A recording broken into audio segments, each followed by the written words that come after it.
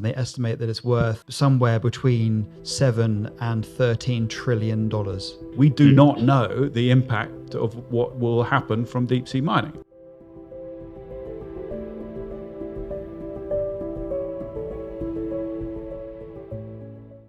What is down there? So the one thing that everyone's looking at the moment are the polymetallic nodules. So basically these small fist-sized rocks on the floor that have formed over millions of years. So if you imagine a shark tooth or a bit of shell has settled on the ocean floor, over millions of years, metals that have dissolved in the water, basically the atoms of that stick to these fragments. A bit like if you think about the buildup of limescale in a kettle, that over millions and millions of years. So if you cut one of the nodules open, it's almost like the rings inside a tree.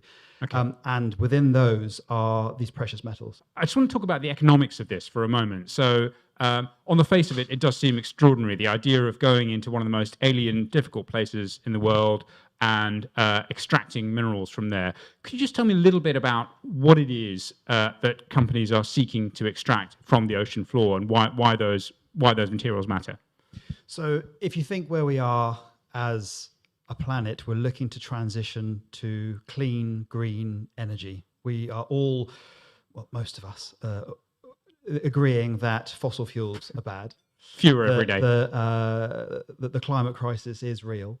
And we need to move away from using fossil fuels and to a point where we can rely on wind farms, solar farms, where we can have electric cars. You can see around London now, you walk out of here and you often almost get run over by a taxi because you can't hear it coming. So we're basically electrifying all of modern civilization. And Yes. to do that, we need huge amounts of minerals. If a deep sea mining company was here, they might well say, come on, mining is a dirty business. Wherever you go in the world, it's also a necessary business. You know, the buildings we live in, the wires that provide our electricity, you know, everything we rely on for the modern world requires mines to be in business. Perhaps this is better than employing kids in the Congo, than chopping down rainforest in Indonesia. How would you respond to that argument? So basically, if you're comparing where we are now in terms of terrestrial mining, and we go back to the Congo, where 70% of a lot of the metals are found in the Congo, and there's obvious disruption. But then you look at the deep sea mining, and the argument is that this is a lesser carbon footprint, shall we say. But that doesn't take into consideration the figures that they use is the actual kind of processing of it, not the actual collection. So you've got to be very careful of how you look at things when you look at the figures that they're using to back up their case. But also there is the carbon sequestration, the amount of carbon that gets kicked up. So if you think of over hundreds of thousands of years, animals that are sinking to the bottom and taking that carbon with them that's locked down there for millennia, and then releasing that, and it can make its way to the surface, and then the carbon that's released back into the atmosphere, then we just don't know. And we were saying briefly before this, it's the only time, well, one of the few times where science is actually keeping up with the economics of all of this. So we're in a unique position where we have the proponents arguing with the scientists in real time, rather than after the fact, Right. which After the destruction is done. What's your concern about the potential impact of mining on the deep sea? Firstly, you know, the destruction of biodiversity. There have been some studies which show that it is widespread. 37% biodiversity loss in an area which was with a large-scale area which was being mined for test mining recently, particularly in this area. So we know it does deliver.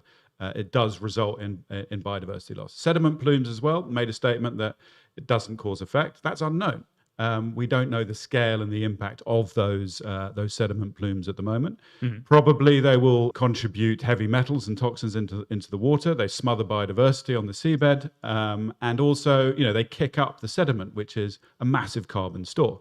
So the argument about this being good for the environment doesn't take into account the extraordinary quantities of carbon which could be released from the mining as well. You said a minute ago, very little is known. We're sort of just beginning to understand what's down there. Just fill me in on that. How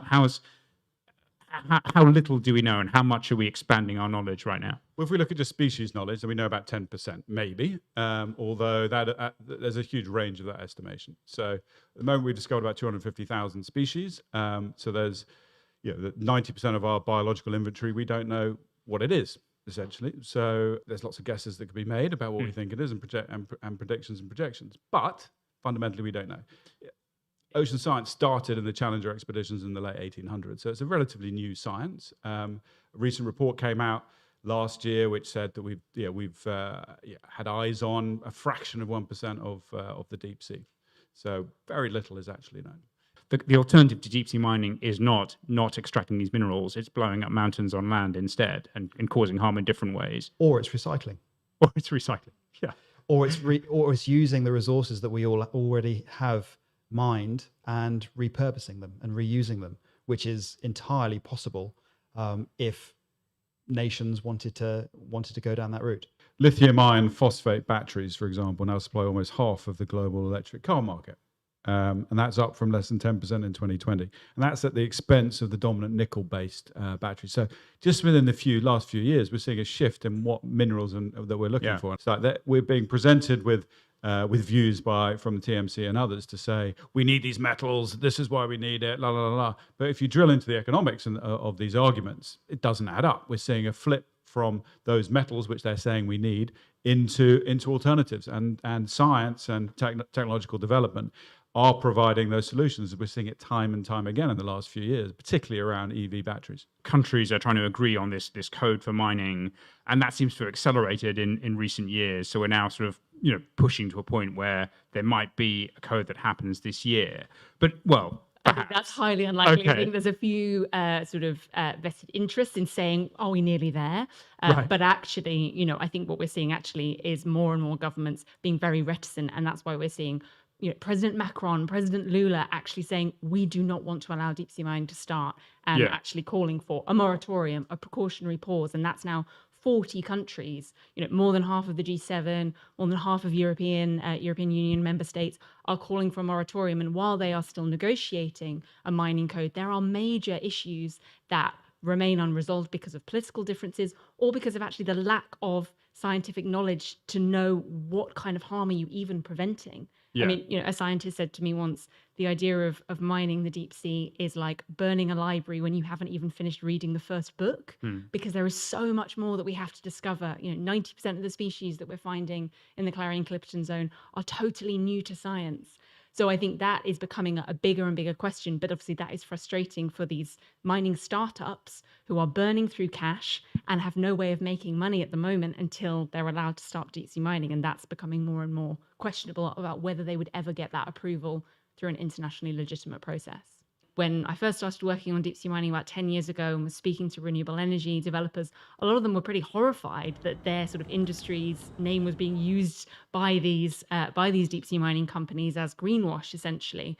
And that's why we've now seen 70 businesses that were involved in the clean energy sector or financing the transition actually saying publicly, we will not source from deep sea metals because the environmental risks are too great. And that makes a huge difference, I think, as a result of that. And these are companies like Volkswagen, Renault, Samsung, Google, Apple, so sort of big tech companies and electric vehicle companies, battery companies. That has actually, we've seen a real pivot, I think, from the deep sea mining companies that they're not able to make that argument and be believed so much, because actually the companies that are really involved in actually delivering the clean energy transition are saying, we don't want anything to do with it. So I think for those of you who are involved in green energy, actually, making sure, does your company have that exclusion policy? We're seeing the number increase and actually accelerate in the last 12 months, including from the financial side. I think there's now sort of over 80 financial institutions that have said, we will not finance this. It just doesn't line up with our sustainability policies. So, I think proving that there is no social license for this industry is really important. That actually right now, the world is not ready to start deep sea mining. So that's what we want to see governments formally agree, like they have, in Antarctica, when there were discussions in the 90s about should we open up Antarctica to mining. The idea now of mining Antarctica seems crazy, but that's because governments set very clearly a legal restriction so that, that is not possible. Governments will not give approval to mine Antarctica, and they should do the same for a similar kind of international space, which is the deep sea.